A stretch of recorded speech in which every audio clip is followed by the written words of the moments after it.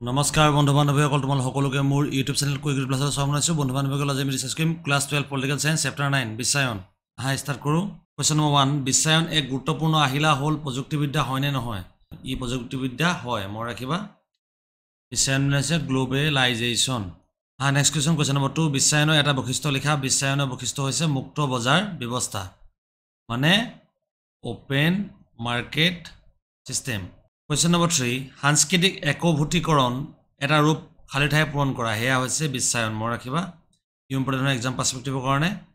Question number 4 বিশ্বায়নৰ প্ৰক্ৰিয়া কেতিয়া আৰম্ভ হৈছিল বিশ্বায়নৰ প্ৰক্ৰিয়া প্ৰথম আৰম্ভ হৈছিল 1990 চনত 1990 ত মই ৰাখিবা Question number 5 ভাৰতে কেতিয়া আৰু নতুন অৰ্থনৈতিক নীতি গ্ৰহণ কৰিছিল হেয়া আছিল 1991 ত new economic policy Question number 6 অৰ্থনৈতিক বিশ্বায়নৰ হৈতে জড়িত থকা দুটা সংস্থাৰ নাম লিখা হেয়া হৈছে বিশ্ব বেংক WB মানে ওয়াৰ্ল্ড বেংক আৰু দুই নম্বৰ আছে আন্তৰ্জাতিক মুদ্ৰা নিধি Question number 7 MNC ৰ সম্পূৰ্ণ নাম কি হেয়া হৈছে ইয়াৰ সম্পূৰ্ণ নাম হৈছে মাল্টিনেশনাল কোম্পানী Question number 8 বিশ্বায়নৰ চাৰিটা অৰ্থনৈতিক ফলাফল উল্লেখ কৰা বিশ্বায়নৰ চাৰিটা অৰ্থনৈতিক ফলাফল উল্লেখ কৰা ধৰণৰ হ'ব ইতিবাচক মানে পজিটিভ ডাইৰেকচনৰ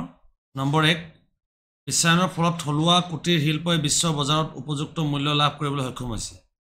নম্বৰ 2 বিশ্বায়নৰ উপযুক্ত লোকৰ কৰ্মসংস্থাপন প্ৰদান কৰিছে মানে নীতিবাচক বিলাক হৈছে নম্বৰ 1 ত আছে বিশ্বায়নৰ ফলত সকলো দেশৰ সামগ্ৰী একেখন বজাৰত বিক্ৰী হোৱাৰ বাবে নিম্ন প্ৰযুক্তিবিদ্যা সম্পন্ন দেশৰ লগত প্ৰতিযোগিতাৰ লোকচান সন্মুখীন হ'ব লগা হৈছে যাৰ ফলত উদ্যোগবোৰ বন্ধ হৈছে আৰু ই অনুন্নত দেশৰ অৰ্থনৈতিক কুপ্ৰভাৱ পেলাইছে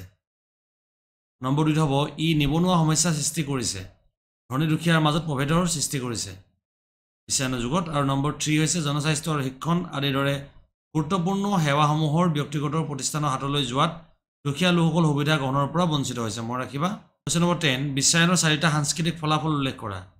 বিশ্বায়নৰ চাৰিটা সাংস্কৃতিক ফলাফল উল্লেখ কৰা ধৰণৰ ইতিবাচক হৈছে বিশ্বায়নে সকলো বিশ্ব দৰবাৰত নিজৰ সক্ৰিয় পৰিচয় আৰু অস্তিত্ব দাঙি ধৰাৰ সুযোগ প্ৰদান কৰিছে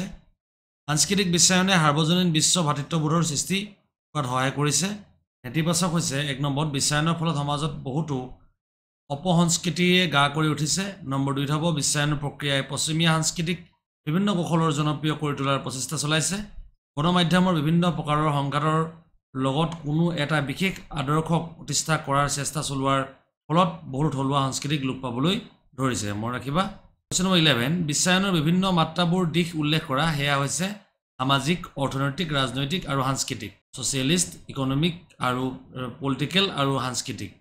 মই ৰাখিবা Question number 13 খালি ঠাই পূৰণ কৰা বিশ্বায়ন হল এক বহুমুখী ধাৰণা মই ৰাখিবা ইয়াত লিখিব লাগিব এটো আৰু অৰ্থনৈতিক উদাৰীকৰণে সমগ্ৰ বিশ্বতে মতভেদৰ সৃষ্টি কৰিছে আজিলৈ ইমানে যদি ভিডিও চাই ভাল পাইছে লাইক সাবস্ক্ৰাইব চেনেলটো ফলো কৰিব নাপাহৰিবা বন্ধু বান্ধৱীৰ ভিডিওটো শ্বেয়াৰ কৰি দিবা সবাই ধন্যবাদ